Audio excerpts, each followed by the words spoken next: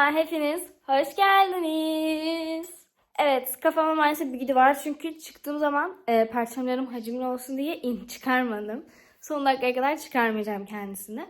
Bugünkü yolculuğumuz nereye? Kosova'ya gidiyoruz. Evet. 3 günlük bir Kosova seyahatimiz olacak. Bunu tabii ki de vloglayacağım, size göstereceğim. Her yerim kırmızı kırmızı ya. Ben giyindim, hazırım. Kombinimi göstereyim. Bir saniye.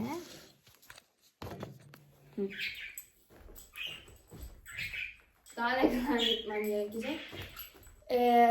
Bunu giydim mecburi. Bu çok kombinime uymadı ama Kosova soğuk olduğu için böyle bir şey giydim. Altımda elbise var. Niye elbise giydin derseniz o kadar hani uçağa bineceksin, yolculuk yapacaksın, rahat olmayacaksın diyebilirsiniz. Haklısınız, bir şey diyemem. Şöyle çöksem mi? Evet. Haklısınız, bir şey diyemem. Ama biz sırt çantasıyla gidiyoruz. Valize ekstra para istedikleri için ve zaten 3 gün kalacağımız için sırt çantası bize yeterli olacak. Bu yüzden sırt çantasına çok dolduramadığım için, kilo sınırı falan da olduğu için kombinimi giydim. Tekrar taşımayayım, şey etmeyeyim diye. Ama üşümemek için çorap giydim. Altımda da böyle botlarım var. Evet, böyle oldum. Saat 10:50 civarı yani Sibel ablalar gelecek. Azerbaycan vlogundaki aynı zamanda Makedonya yatıştırmalı videomdaki Sibel ablamla Göktürk abiyle gideceğiz yine. Annem, Sibel abla, Göktürk abi ve ben olacağız bu seyahatte. Umarım vlogumdan keyif alırsınız, şimdiden söylemek istedim. İyi seyirler. Şimdi terminale geldik. Beyabas'a bindik. Taksideyken çekemedim çünkü Mia 3 kere elimizden kaçtığı için onu eve sokmakla uğraştım. Havalimanında görüşürüz. Şimdi Sabiha Gökçen Havalimanı'ndayız. Giriş kısmına doğru gidiyoruz. Geldim öyle. Yani sorunsuz buraya geldik. Ama ben sınırı geçene kadar geldim, gittim. Sorun çıkmadı gibi bir şey söylemeyeceğim. Şimdi ben sınırı geçtim. Dış hatlar sınırını. Uçağın saatini bekliyoruz. Bu sırada da yemek yiyeceğiz. Böyle. Kapılara geldik. Açılırsa bekleyeceğiz. Şöyle otobüslerle gideceğiz uçağa. İnşallah sesini duyuyorsunuzdur.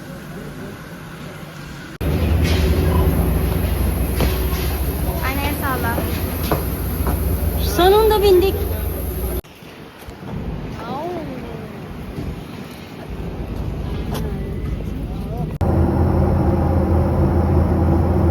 Şimdi indik. Kosova sınırını da geçtik. Artık Kosova'dayız. Kosova Havalimanı'ndayız.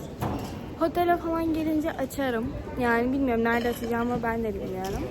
Şimdi taksiden de indik. Otele geldik. Otelin dışı böyle gözüküyor. Şimdi otele girdik. Eşyalarımızı falan bıraktık. Ve dışarı gezmeye gidiyoruz. Değil mi anne? Evet kızım. Evet. Maalesef dur böyle çevireyim. Hello. Şimdi taksiyle o AVM'ye gidiyoruz. Şimdi şöyle gerçekten kocaman bir AVM'ye geldik. Burayı gezeceğiz. Şöyle. Evet. Bütün gün ayağıma vuran botlarım ve ben. Yanında şöyle bir şey var. Kutup ayıları, şeyler.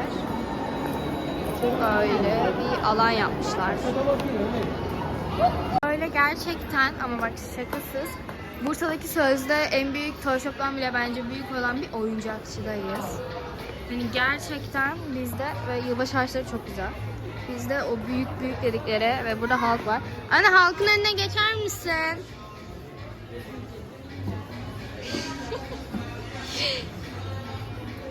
Bekle. Annem tabii ki de. Gerçekten böyle bu tarafta uzunca gidiyor, bu tarafta gidiyor. Kocaman bir oyuncakçı. Merhaba halk. Fazla gergin galiba. Aynalı bir yer var. Bakalım çıkışı bulabilecek miyiz? Anne bulabilecek misin? Girişi bulamadım ki çıkışı. Giriş burası. Değil mi? Tamam. Burası değil.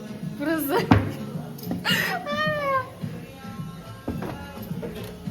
Tamam, burada ben varım. Burada ayna var. Burada yok. Wow, ne bu ya böyle? Ayna. Ara göktürk bize Almanya'dan çık. Çok fazla gülme. Çıkmaya karar verdi ama Allah. Ben bulacağıma inanıyorum. Çünkü ben Tuana'yım.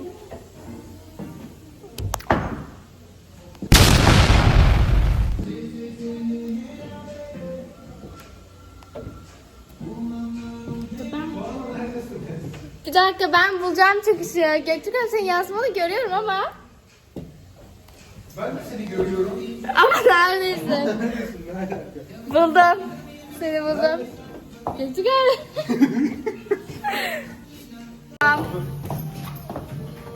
Ya zekam çok belli oluyor. Buldum çıkışı. Bulduk mu Göktürk abi? Bulduk. Annem pes etti. Ama işte bu yaşlı işi değil zaten, genç işi olduğu için.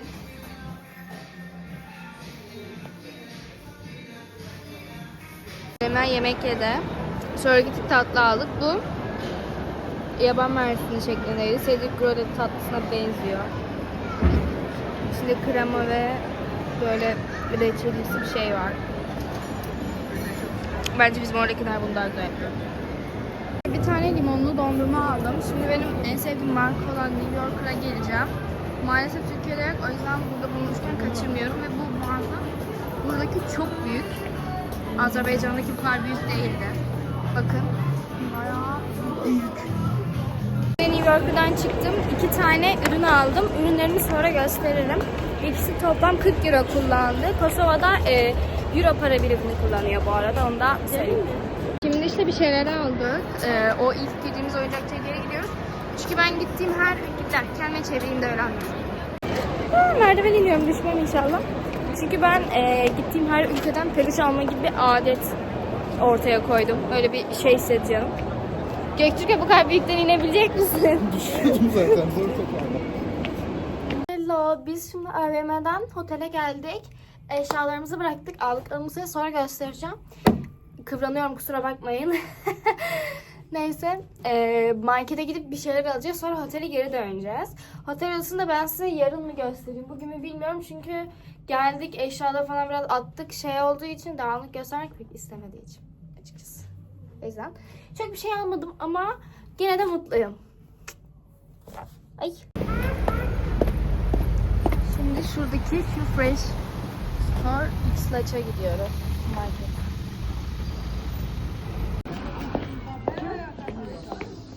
Şöyle güzel bir yere benziyor. Böyle geldim, daha rahat görünüyor. 5x'te çekiyorum. Bir sürü şey var yani, bildiğimiz bir Balkan marketine çok benziyor. Yani Kaufland gibi. Ayranlar var. Yine tatlılar var. Yine pastetmiş donatlar falan filan. Bir sürü şey var. Gördüğüm bir şey göstermek istiyorum size. Normal kapriler hani böyle oluyor ya, Türk'te bizde olmayan kapriler var. Burada böyle kapriler var. Büyük. Böyle sadece portakal ve narlı mı var? Hayır. Evet, diğerlerinden falan da var. Kesinlikle bir tane büyük alacağım. Çünkü kaprisanı çok seviyorum. Ve küçükleri bana asla yetmiyor. Vişnelisi falan var. Ay. Şimdi otel adasındayız. Sonuna geldik. Şimdi aldıklarımı göstereceğim. New Yorker. New Yorker dışında bir tane Gifa diye bir yer vardı. Aynı zamanda yanlışlıkla oraya VIP üye oldum. Oradan Mia'ya şöyle bir şey aldık. Böyle yılbaşında takacağım. Mia hoşuna gitmeyebilir ama benim gidecek. Ay, suyun kapağı çıkmış anne.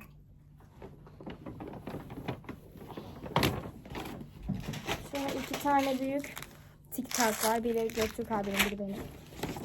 Sonra şöyle bir alt aldım. Bunu çoğunuz beğenmeyebilir. Bu renkler ne? Bunu neyle kombinleyeceksiniz diyebilirsiniz. Ben beğendim. Özellikle ablamın beğenmeyeceğine çok eminim.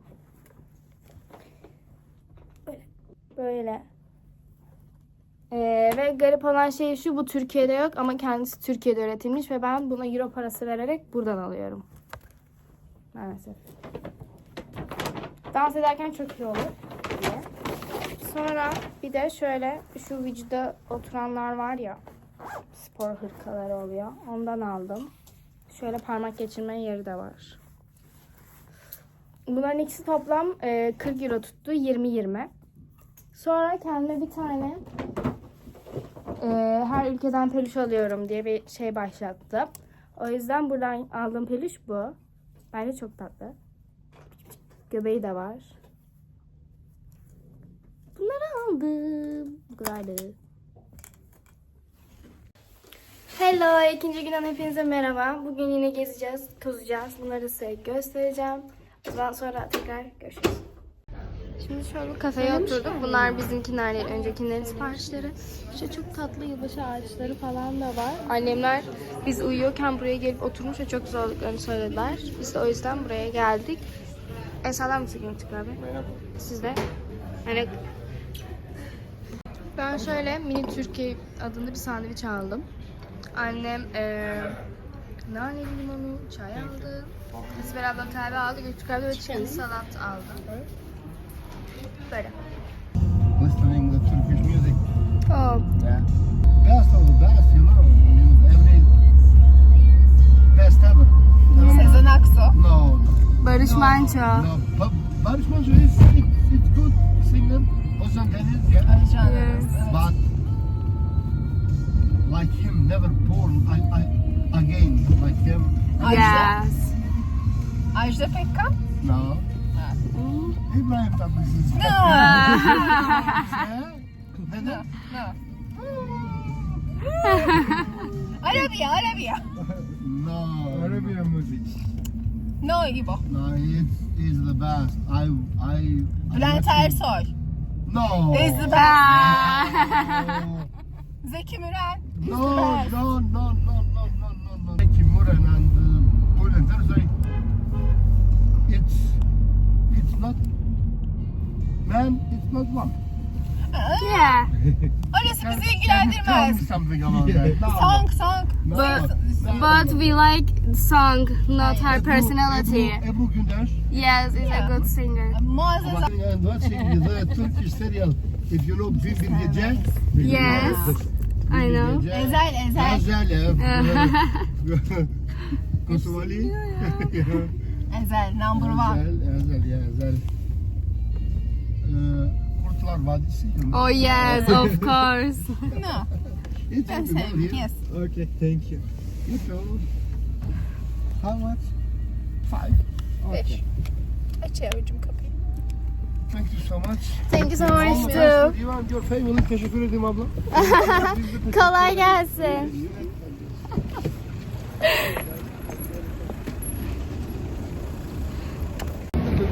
Şimdi ay düşüneyim sana. Buradaki bir tane daha AVM var. Ona da geldik. Orayı da bir gezeceğiz. Değil mi anne? Evet. Şimdi burada da şöyle Jumbo var. Jumbo Balkanlarda var diye biliyorum hepsinde. Bilmiyorum, Bulgaristan'da falan var. Çok güzel bir yer kendisi. İçinde her şey var. Çok seviyorum. Umarım Bulgaristan Sofya'daki kadar büyüktür. Onu umuyorum. Şöyle Jumbo'nun içinde onların Christmas, Noel'i kendi bayramları olduğu için tabii ki de bir sürü, şakasız bir sürü süsler var.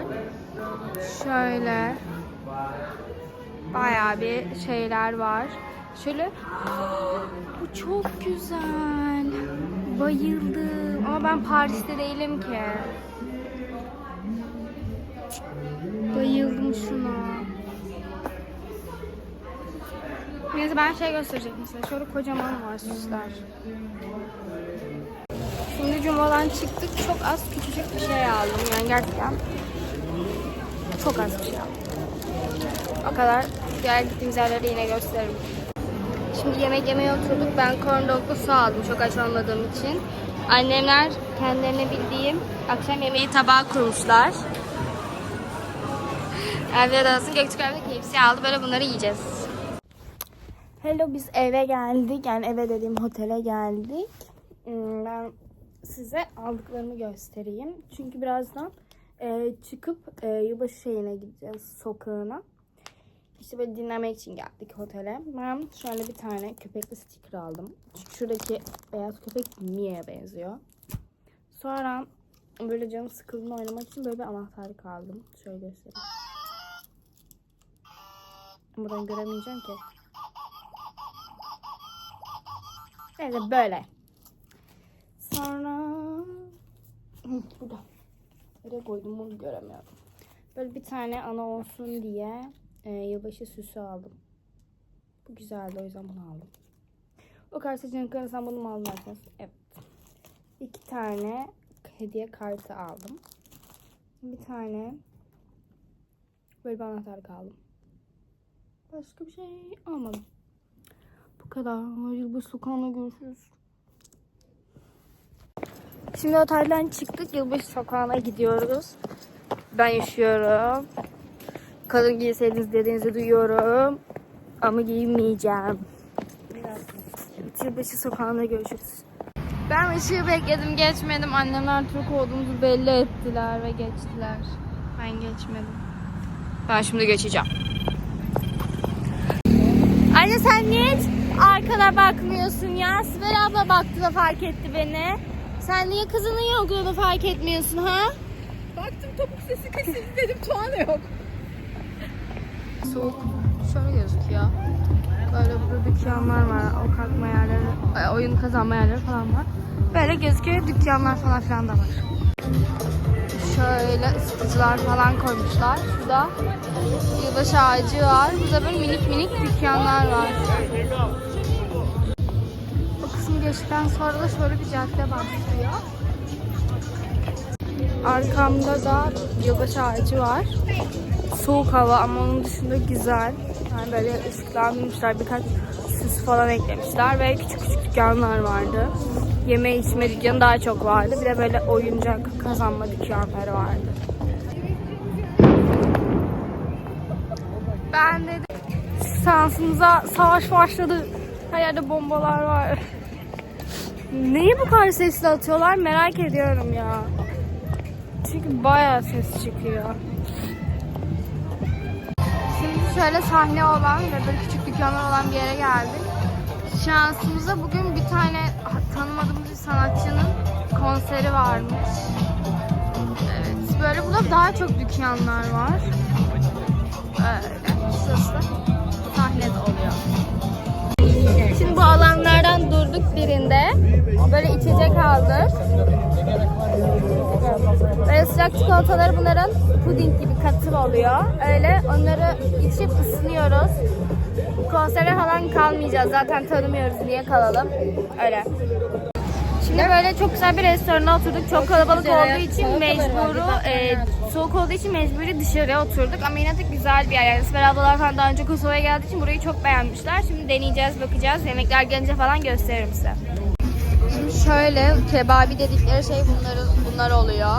Böyle ekmek falan getirdim. Normalde salata da söyledik ama daha gelmedi. Öyle. Bir tane mağazaya girdik ısınalım diye. Ellerim falan çok üşüdü. Açayım da hamurunu göstereceğim.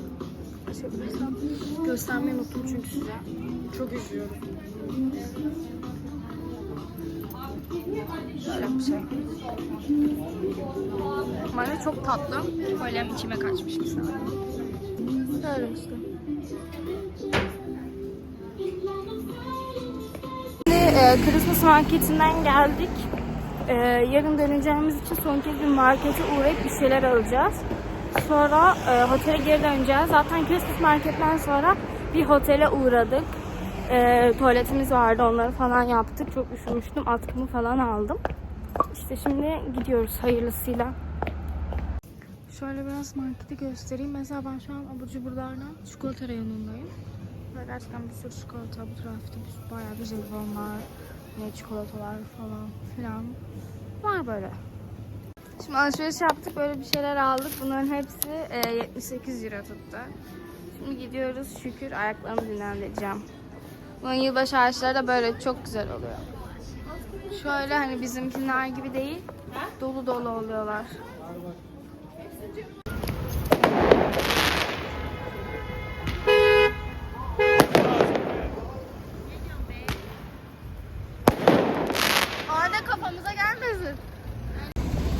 havai fişekler falan şey içinmiş. Burada seçim varmış. Seçimi kazanmışlar. Valla kim kazandı bilmiyorum. Buranın siyasetini bilmiyorum. Onu kutlamasını yapıyorlarmış. Yani gerçekten bir ülkede seçimin olduğu gün denk gelmez hani gittiğim bir ülkeye şaşardım. Olaylar beni bulması gerekiyor illa. Saçma olayların. Evet. Soğuk soğuk. Gözükmüyor ki. Aklıma gelmişken şunu da göstereyim. Bir bankanın süslemesine bakın. Hani bu süsleme bir banka için çok fazla bence.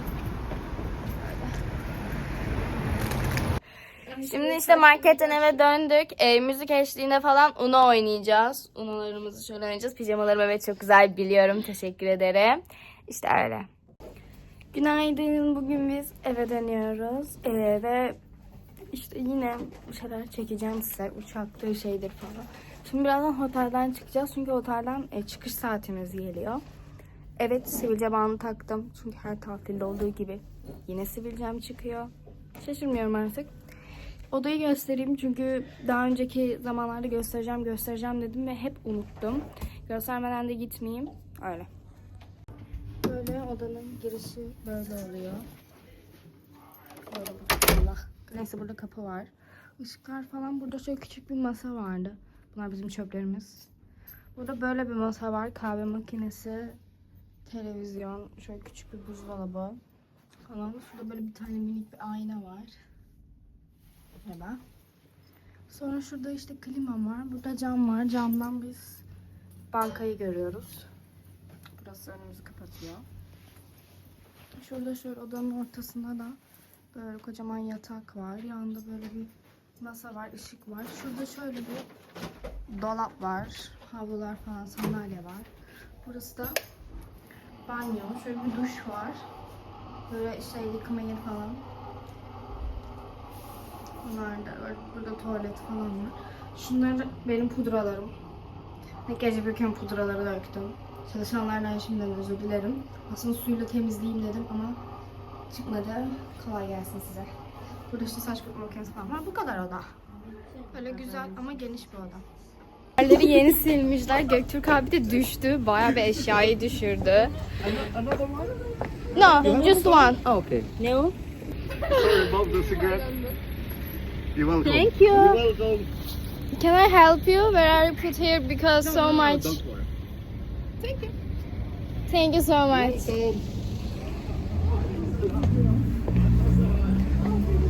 Götüm ağrıyor. İyi misin Göktürk abi?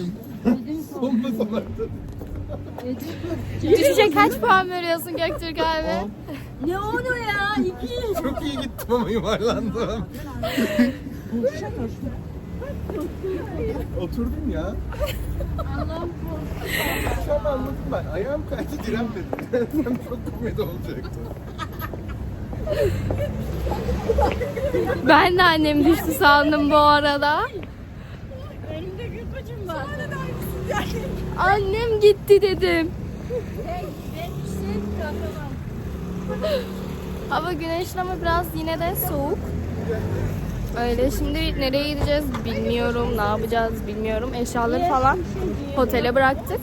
Şimdi öyle şey yapacağız. Çay aldım. Burada çaylar böyle geliyor. Sıcak su, şurada böyle çay oluyor. Şeker, limon. Bunların hepsini koyup öyle çay yapıyorsunuz ve öyle içiyorsunuz. Bizimkiler gibi gelmiyor. Ben yine şu mini Türkiye'den aldım. İçinde işte böyle kaşar, domates falan filan var. Güzel, gayet tatlış bir şey. Şimdi kafeden çıktık, kahvaltı ettik. İşte ben birazcık tatlı yedim. Yani bir tane Red Velvet cookie yedim. Maalesef uçağımız yine yani Pegasus Hava Yolları şaşırtmıyor. Ertelendi uçak. Yani kaçtaydı? Bir dakika. 4'te olan uçak 6'ya ertelendiği için. Burada yine gezeceğiz mecbur. Hani otele gidip oturamıyoruz da çünkü otelden zaten çıkış saatimiz sabah 10.30'tu. Mecbur gezmek zorundayız. Caddeye gideceğiz. Gün arabalar gitmiyor ışıkla. Dün gittiğimiz o caddeye gideceğiz. Bir de sabah gözüyle görelim diye. Bir de annem markete uğramak istiyor. Belki uğrarız, belki uğramayız. Bilmiyorum.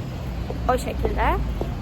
Ama yani uçağın ertelenmesi hiç de hoş olmadı. Ben zaten ondan sonraki gün okula gidip sınava gireceğim. Hani döndüğümde de çalışabildiğim kadar çalışacaktım sınava. Saati daha da geciktirmeleri benim için kötü oldu. Ama artık olan oldu. Böyle işte caddeye doğru gidiyoruz. Burada küçük küçük manzaralar var. Onlara falan bakarız. Normal bir cadde olarak düşünebilirsiniz. İşte o ünlü caddeye geldik. Bu ünlü caddenin sabah hali. İşte ışıkları falan yok. Daha az kalabalık. Ama yine de insanlar var. Çünkü Kosova'nın ünlü caddesi burası oluyor. Öyle. Sabahki halde böyle oluyor. Bir tek işte ışıklar yanmıyor. Bir de müzikler falan onlar az oluyor. Ama yine de insanlar var yani. Öyle. Kestane aldık. Kestane 200 gramı 6 euroydu. Ama burada kestaneler soyulmuş veriliyor. Siz soymaya uğraşmıyorsunuz. Bütün kestane satan yerlerin hepsinde bunlar soyulmuş. Ve adamlar üşenmeden soyuyor da veriyor size. Şimdi çok güzel bir yere oturduk. Big Scoop diye. Big Scoop diye. Tam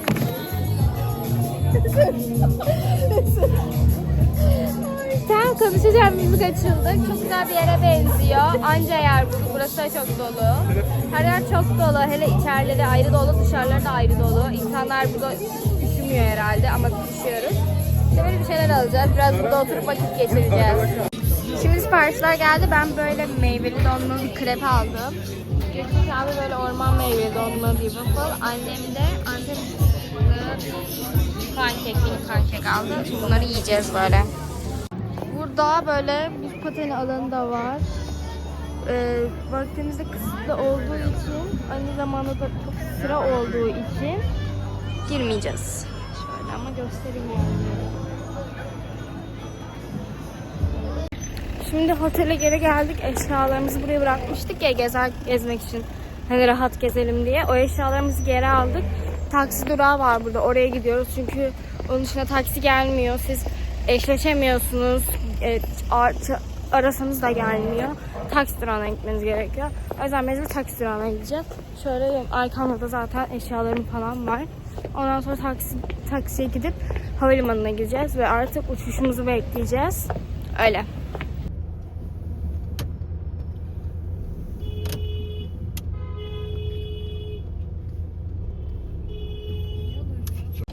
Şimdi havalimanına geldik ama o kadar çok trafik var ki büyük ihtimalle ucu ucuna yetişeceğiz. Acele edeceğiz. Uçağımız saat 6'da, kapılar 5'te açılıyor. 5'e 10 var. Yani o yüzden biz tek yapmamız gereken şey hızlı olmak. Hızlı olmak ve oyalanmamak. Ama küçük bir sıkıntı var. Benim çok tuvaletim var. Tuvaletimi Bursa'ya kadar tutacağım. Öyle yapacağım. Şimdi sınırı geçtim. Uçak kısmına doğru gidiyoruz. Yetiştik. Küçük bir aksilik çıktı. Bir minik bir kavga oldu. Onun dışında bir şey olmadı. Tuvalete girdim. Tuvalette de elimi sabunladıktan sonra suların çalışmadığını öğrendim. Olsun ama yetiştik.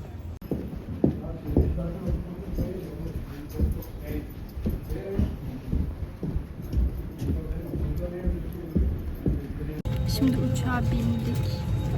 Kalkışı bekleyeceğiz. Eşyaları falan da koyduk. Yani sorunsuz bir şekilde İstanbul'a varalım. Sonraki yolumuz Bursa zaten. Şimdi Türk sınırından da geçtim. Artık hani B'ye basa binip Bursa'ya döneceğiz. Başka yapacak bir şeyimiz yok zaten. Öyle.